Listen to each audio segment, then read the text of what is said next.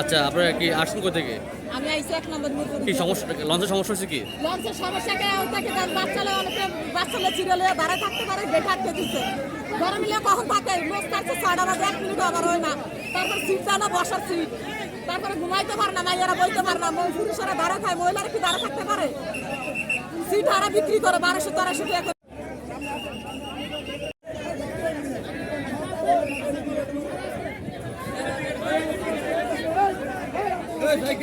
তো আজকে যৌথ বাহিনীর যে টিমটা আসছে ওদের অভিযানে আজকে সুন্দর একটা সুশৃঙ্খল একটা পরিবেশ আমাদেরকে দিয়েছে। আমরা খুবই আনন্দিত এই পরিবেশ দেখে। অনেক সুন্দরভাবে যাত্রীরা সুন্দরভাবে শৃঙ্খলাভাবে নেমে যাচ্ছে, কোনো হইচই হই হুল্লোড় নেই। আমরা আজকে খুবই ভালো লাগতেছে এগুলো দেখে, আমরা খুবই আনন্দিত। ঈদ উপলক্ষে আমাদের এই অভিযানটা খুবই প্রয়োজন ছিল, আরও কয়েকদিন আগে থেকে দিলে আমাদের জনসাধারণের জন্য খুবই উপকৃত হতো, ভালো হতো।